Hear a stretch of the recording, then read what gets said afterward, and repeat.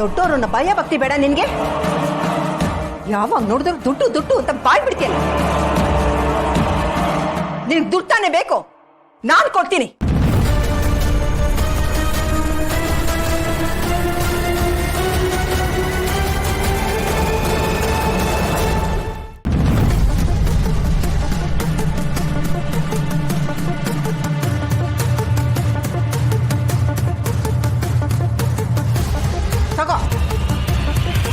ತಗೊಂಡು ಸಾಯಿ.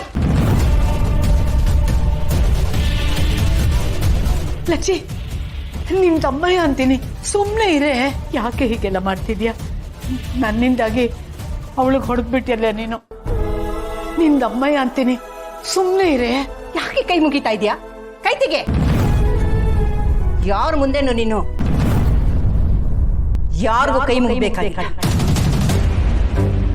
ತಪ್ಪ ಮೇಲೆ ತಪ್ಪು ಮಾಡೋರ್ಗೆ 4 ಬಾರ್ತಿ ಬುದ್ಧಿ ಕಲಿಸ್ಬೇಕಾಗತ್ತೆ. ನೋಡು, ಇನ್ನೊಂದು ಸಲ ನೀನೇನಾದ್ರೂ ಈ ರೀತಿ ನಡ್ಕೊಂಡ್ರೆ ನೀನು ನಿಮ್ಮಮ್ಮನ ಮನೆಗೆ ಹೋಗ್ಬೇಕಾಗತ್ತೆ. ಹುಷಾರ್. ನೋಡು, ಈ ಮನೆ ನನಗೆ ಎಲ್ಲರೂ ಎಷ್ಟು ಗೌರವ ಕೊಡ್ತಾರೋ ನನ್ನ ಶಾಂತಿಗೂ ಅಷ್ಟೇ ಗೌರವ ಕೊಡಬೇಕು. ಅದಾಗುತ್ತೆ ಅನ್ನೋದಾದ್ರೆ ಇರಿ, ಇಲ್ಲ ಅಂದ್ರೆ ಮನೆ ಬಿಡೋಲ್ಗ್ರಿ.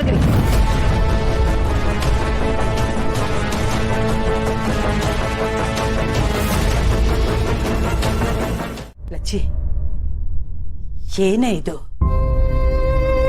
ಏನೇ ಆಗ್ಲಿ ಅವಳು ಈ ಮನೆ ಸೊಸೆ ಕಣೆ. ದೊಡ್ಡ ತಪ್ಪು ಮಾಡ್ಬಿಟ್ಟೆ ನೀನು. ಏನ್ ತಪ್ಪು? ಅವಳು ಮಾಡಿದ ಸರಿನಾ?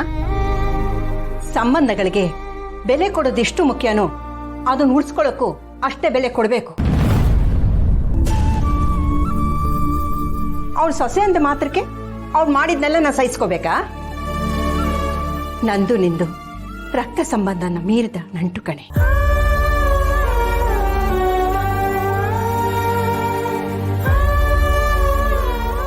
ಆದ್ರೆ ಅವಳಿಗೆ ಹೆಸರು ಮಾತ್ರ ಮನೆಯವಳು. ನೀನ್ ನನಗ್ ತೋರಿಸ್ತಿಲ್ಲ ಪ್ರೀತಿ ಕಾಳಜಿ, ಅದ್ರಲ್ಲಿ ಒಂದು ಭಾಗನೂ ಅವಳು ನನಗ್ ತೋರಿಸಿಲ್ಲ ಕಣೆ.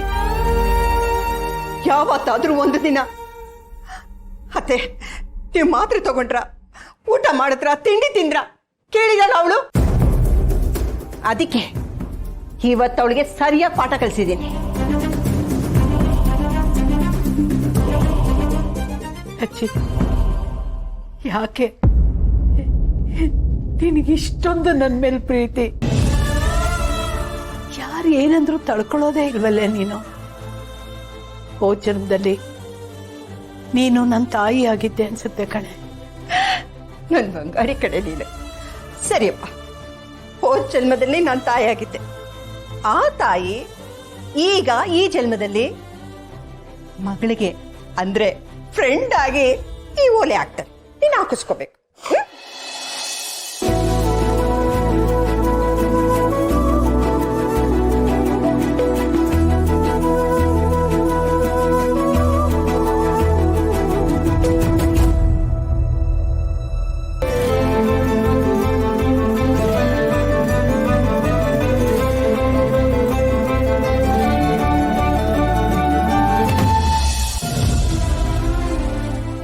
ನೋಡು, ಇನ್ನು ಮುಂದೆ ಈ ಮನೇಲಿ ನಿನ್ಗೆ ಯಾರು ಏನೇ ತೊಂದರೆ ಕೊಟ್ರು ನೀನ್ ನನ್ನ ಹತ್ರ ಬಂದು ಹೇಳಬೇಕು, ಸರಿನಾ? ಹಾಗಂತ ಮಾತು.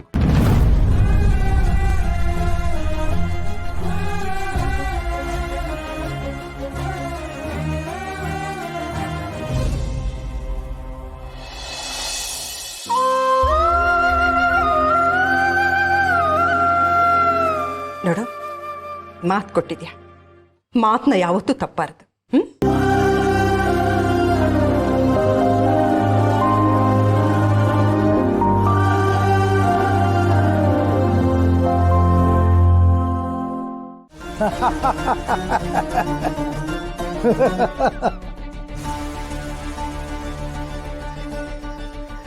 ಕರುಣಾನಿಧಿ, ನಿತ್ಯ ತೇಜಸ್, ಈ 4 ಜನ ನಾಲಾಯಕಗಳನ್ನ ಆಟ ಆಡಿಸ್ತಾ ಇರೋ ಸೂತ್ರಧಾರ ಯಾರು ಅಂತ ಕರ್ಣನಿಗೆ ಆಗಲಿ ಅವನ ಜೊತೆಯವರಿಗೆ ಆಗಲಿ ಅನುಮಾನ ಬರೋದೇ ಇಲ್ಲ.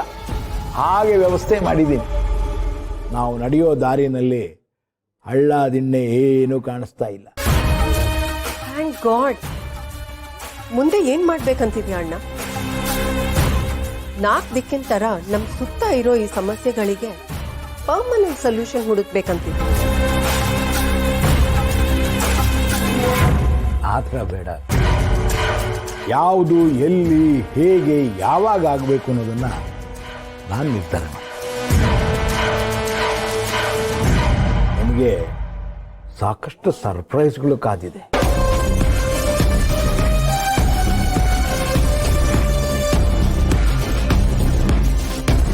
ಇನ್ನು ಸ್ವಲ್ಪ ದಿನದಲ್ಲೇ ನಿನ್ ಮೊಮ್ಮಗಳಿಗೆ ಫುಲ್ ಟೈಮ್ ಕೆಲಸ ಸಿಗುತ್ತೆ. ಅಫಿಷಿಯಲ್ ಆಗಿ ಡಾಕ್ಟರ್ ನಿಧಿ ಆಗ್ತಾಳೆ. ನಾನ್ ದುಡಿಯೋಕ್ ಶುರು ಮಾಡಿದ್ಮೇಲೆ ನಮ್ ಕಷ್ಟಗಳೆಲ್ಲ ಸುಟ್ಟೋಗುತ್ತೆ. ನಮ್ ಸುಟ್ಟೋಗಿರೋ ಮನೆನೂ ಆದಷ್ಟು ಬೇಗ ಸರಿ ಹೋಗುತ್ತೆ. ಸರಿನಾ? ನಿಜ ಹೇಳ್ತಿದ್ದೇನೆ. ಶಾಂತಿ ಬೇಬಿ ಮೊಮ್ಮಗಳು ಸುಳ್ಳು ಹೇಳೋದಕ್ ಸಾಧ್ಯನಾ? ನಿನ್ ಮಾತು ಕೇಳಿ ನನ್ನ ಮನಸ್ಸು ಎಷ್ಟು ಹಗರ ಆಗ್ಬಿಟ್ಟು ಗೊತ್ತಾ? ನಮ್ಮ ಮನೆ ಒಂದು ಸರಿಯಾದ್ರೆ ನಿನ್ ಮದ್ವೆನೂ ಆಗ್ಬಿಡತ್ತೆ. ಆಮೇಲೆ ನಮ್ಗೆ ಯಾವ ಚಿಂತೆನೂ ಇರಲ್ಲ. ಅಜ್ಜಿ, ನನಗ್ ಡಾಕ್ಟರ್ಗೆ ಕೊಟ್ಟು ಮದ್ವೆ ಮಾಡ್ತೀಯಾ? ಡಾಕ್ಟ್ರನ್ನ? ಹಾ, ಇಬ್ರು ಮೈಂಡ್ ಸೆಟ್ ಅಡ್ಜಸ್ಟ್ ಆಗುತ್ತೆ. ನನಗ್ ಅವರು, ಅವ್ರಿಗೆ ನಾನು ಒಳ್ಳೆ ಅಂಡರ್ಸ್ಟ್ಯಾಂಡಿಂಗ್ ಅಲ್ಲಿ ಖುಷಿಯಾಗಿರ್ತೀವಿ. ಅಷ್ಟೇ ತಾನೇ? ಅದಕ್ಕೇನಂತೆ, ಹೇಗೂ ನಮ್ ಕರ್ಣ ಡಾಕ್ಟರ್ ಅಲ್ವಾ? ಅವನ್ಗೆ ಹೇಳ್ಬಿಡ್ತೀನಿ, ನಿಂಗೆ ಗೊತ್ತಿರೋ ಯಾರಾದ್ರೂ ಒಬ್ಬ ಒಳ್ಳೆ ಡಾಕ್ಟರ್ ಇದ್ರೆ ಹೇಳಪ್ಪ, ಜಾಮ್ ಜೂಮ್ ಅಂತ ನಿನ್ ಮದ್ವೆ ಮಾಡ್ಬಿಡೋಣ.